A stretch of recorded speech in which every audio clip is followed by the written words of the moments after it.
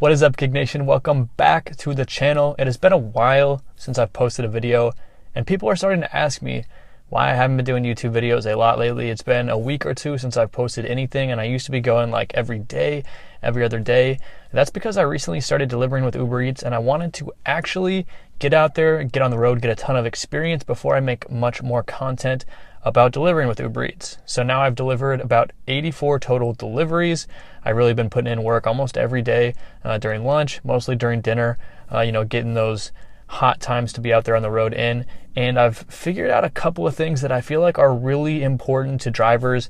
I did not want to hold these things back, so I figured I kind of just had to make a video about it right now, so I can help people out that may be struggling with a few big things that can really hold you back if you're not doing them right as an Uber Eats delivery driver. So as I mentioned, I've been racking up those deliveries. I've got about 84 total now. I'm in the Uber Eats Pro program. I'm at the gold level right now, but I'm getting pretty close to that platinum level. I just need like 50 or 60 more points. And during this time, during these deliveries, I realized that there's one thing that might actually be like the most important thing to know and do while you're delivering with Uber Eats if you want to be successful. Now, I casually mentioned this when I made the video about 7 things I wish I knew about delivering with Uber Eats, but there's quite a bit that I need to build upon, so I figured I'd make an entire video about this one point. And so the biggest thing, in my opinion, that you need to know when you're out there delivering on the road, you need to know your city, you need to know your map, and I'm going to show you why. There's 3 or 4 big reasons why you absolutely need this information that are going to come up, and it's going to have a major impact on your earnings when you're delivering with Uber Eats. And then I've actually got a tip for you guys on how to, a quick kind of shortcut that's going to help you earn more on the platform, and it has to do with knowing your city as well and knowing that map. So let's start with the biggest 2 reasons why you really do have to know your city, know the different addresses that are going to pop up within your city. The number one thing that hits me the most, that's hit me the hardest out there delivering on the road, is when I already have an order and I have an add-on, or I'm about to drop off that order and Uber pings me with a new offer before I've finished that. Now, here's why this is important, and here's why knowing your map comes into play here. That's because when Uber shows you these orders, they look different than they normally do when they're popping up on your screen. A normal order shows you the distance traveled, it shows you the time, and then it also gives you a map, so you can see on the map how far away the restaurant is and then how far away the customer is. But when you're already in delivery and this offer pops up, your screen looks a little bit different. You actually do not get to see that map. And so that distance number that you're seeing there, that's going to be the delivery distance, meaning that if that restaurant is further away from you, it could be 5-10 miles away from you, but the drop off between that restaurant and the actual point, the customer's address, is only a mile. That delivery distance is going to show you as a mile right there. So if you don't know your city, if you don't know your map, you don't know where different addresses are, then you're going to have no idea where you're actually dropping this off. The only thing you're going to be able to go off of is that limited data that Uber's showing you on the ping. So for example, I had an order today, and now I didn't record the screen on this, but I was in delivery and I got a new offer. It said it was only 1 total mile. So this sounded like a great trip. It was like $5 or $6, so it wasn't a massive trip. Usually I like stuff that's a little bit higher, like $8 to $14. But if it's such a short distance, then it's usually worth it for me. But not knowing the map, I didn't know where that actual pickup was, and it turns out it was way outside of the city of Seattle. It was in Bothell, and if I had accepted that, if I had not actually looked at the address and known that that was not a Seattle address, I probably would have ended up driving that 10 to 15 miles just to do the offer, or I would have had to cancel, which hurts my cancellation rate. Things that you do not want to take a hit on your metrics. So if you've been living in your city a while, you've probably got this down, but there's always ways that you can kind of freshen up. For me personally, it's looking at a map and knowing the difference between a northeast address, a southwest address. A lot of times the street addresses look the same. It might be something like 116th Ave, and you think, oh, that's close to me, but if it's southwest, it could be on the other side of the city. And so just knowing simple stuff like this is going to help you determine which orders you want to accept, especially when you're already delivering and you're getting that different offer screen.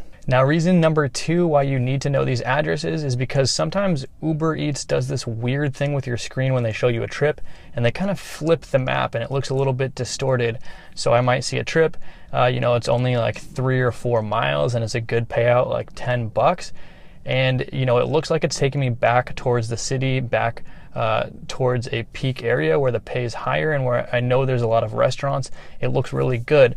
But if I more carefully examine the map, it's actually flipped and it's taking me further outside of the city where I'm less likely to get more orders. So for me, with my order criteria, it's not just about the simple metrics of pay per mile, it's actually also about which direction I'm heading. And that is a very important factor here for me to know. But if I don't know my address is on the map, if I can't look at a map and see easily that it's upside down, that Uber's kind of leading me outside of the city, then I'm going to make a bad judgment call, a bad decision here, and I'm going to end up in a place where I'm probably not going to get another order immediately after dropping this one off.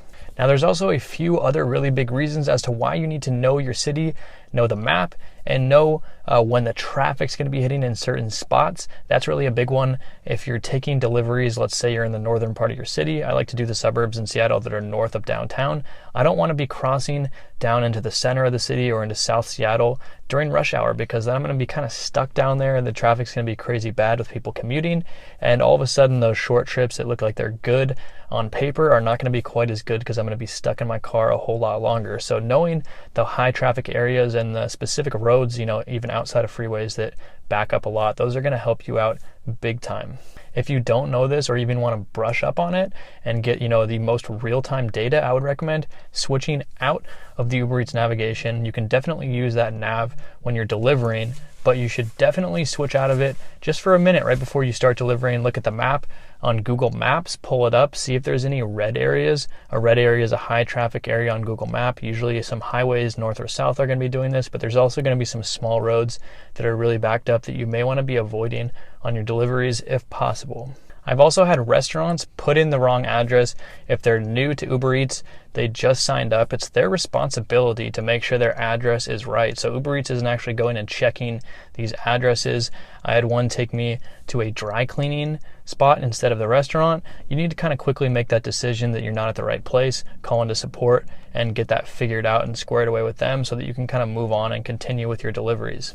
And the last big thing that can really throw you off directionally when you're looking for an address to drop off to a customer, sometimes Uber Eats navigation and a lot of other navigations out there, I know Google Maps does this a lot, Apple Maps does it, they will take you down an alleyway instead of the main street. In my experience, if the address is something like 34th Avenue South, you always want to be driving down 34th Avenue. You do not want to be driving down the alleyway behind the house. You don't even know if they're going to have a door back there. You always want to be delivering and dropping off to the front door, which is going to be on that main street that their address is listed on. So that's just a thing to check right before you're doing that drop off and you're getting close to that customer's house. A lot of people wonder if they should wait around in their car after they make a delivery or if they should start heading back towards the hot spots. I actually think that neither one of these is necessarily always the right answer. If you drop off an order and you're near restaurants that you know of or a busy area where there's a cluster of restaurants, you can go ahead and just sit there and chill in your car. There's no reason to waste gas when you're not actually heading towards your next pickup. But if you drop something off that's further out of the way, there's no restaurants near you, or even if you're in a peak zone, just being in a peak zone does not mean that you're going to get pinged. This fools a lot of people. They drop off an order and it may say there's a $2 bonus peak pay in your area right now because it's hot, and they just sit there in their car, but they're not actually near restaurants. So those orders are going to new drivers. You always want to be near restaurants if possible. So to keep that in mind after you make your drop off, how to be heading towards that next potential pickup point. If you found this video helpful, make sure to hit that like button and subscribe to Gig Nation for all of the latest gig economy news and updates. I've tried most of the gig economy apps, and I'm going to continue to try more and also be bringing on some other content creators that have tried apps so that you can get really all of the best info to help you succeed on your journey in the gig economy.